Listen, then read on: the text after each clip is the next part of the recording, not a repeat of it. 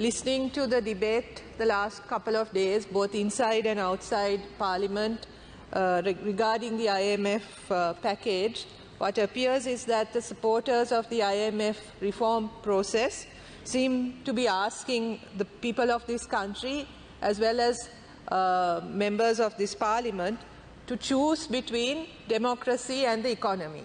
This is an extremely false distinction that is being made, as if somehow the economy is above everything else, and as if the economy and decisions about the economy are devoid of any kind of political significance or political meaning. And we are being constantly told that at this moment the economy has to take priority, and that suspending democratic freedoms, democratic privileges is almost essential in order for these economic reforms that are being proposed to take place. This is an extremely dangerous precedent, an extremely dangerous approach that is being currently proposed. Implicit within this approach is a deep sense of elitism and arrogance, where the rulers of this country assume that they know best, that they know what is best for the people of this country. That people of this country are ignorant, that people of this country are unable to make choices and decisions on their behalf, keeping in mind what is in their best interest, and that the rulers somehow have to take on the power to make these decisions on behalf of the people of this country. This, as you know, is completely anti-democratic, and even within the proposed economic reforms, an extremely dangerous approach to take. Within the IMF package, there are deep structural reforms that are being proposed, which need to be discussed, which need the people's consent, which needs people's mandate in order to be effectively implemented, if at all. For instance, there are tax reforms that are being proposed, which affect different layers of different layers of the society in different ways. Controversial schemes of privatization, sale of national resources, spending cuts, reforms to social protection are being proposed. Under the reforms to social protection, the ways in which the poor are being identified, the poor are categorized. There are reforms that are proposed. There are new measures, new criteria that is being introduced, over which people have had very little prior information, where the basic understanding seems to be that people will lie in order to get benefits, and that people will manipulate the system in order to get benefits, completely ignoring the role of the political authority in politicizing these kinds of systems for their own political benefits. Spending cuts are also being proposed for long cherished institutions in this country, such as health and education. In the education sector today, without any kind of policy discussion, without any kind of written directives, already courses such as the engineering course offered by the Katunayaka Engineering Institute, as well as other programs offered, for instance, by the Vocational Training Authority, by NITA, now are being advertised for course fees that have been arbitrarily decided without any kind of policy directive. None of these policies, none of these directives, none of these measures have been available for the public to discuss, to comment on, let alone the public, not even for members of the Parliament. So what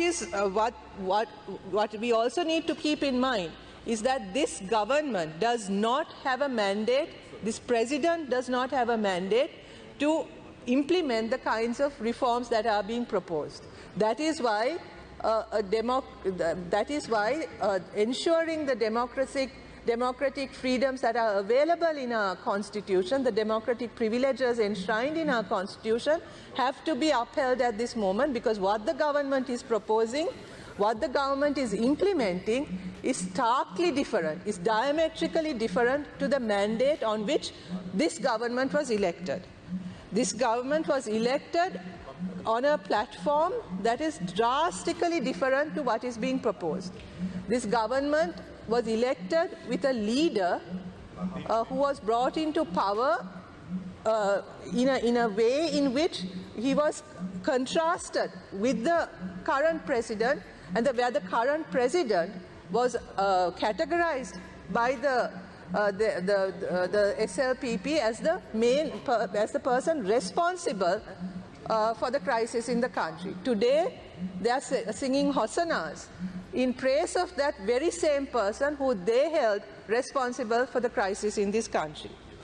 So, when the strategies of the government, when the approach of a government changes so drastically, don't the people of this country have a right to also express their views on the difference, on the extremely different and the diametrically opposed reforms which the government they elected is now planning to implement?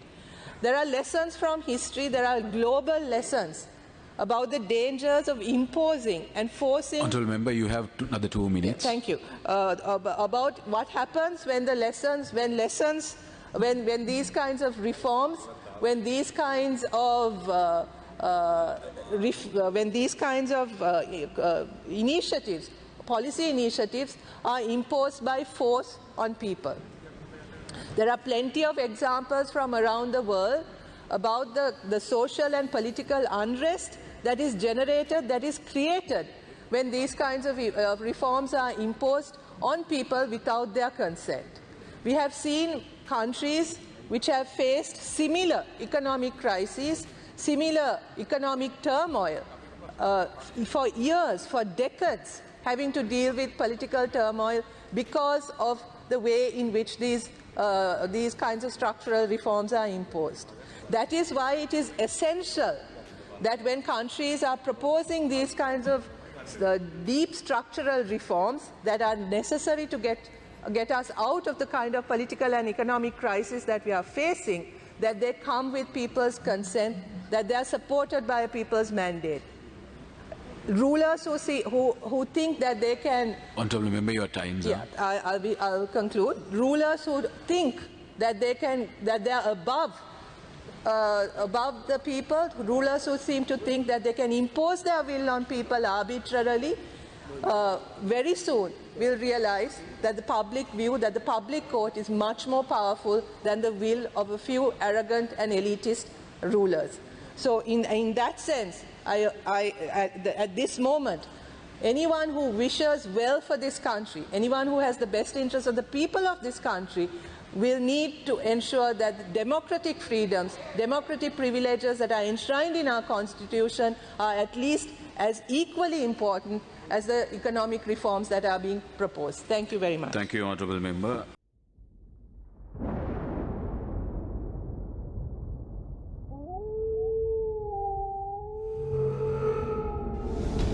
The News Reporter.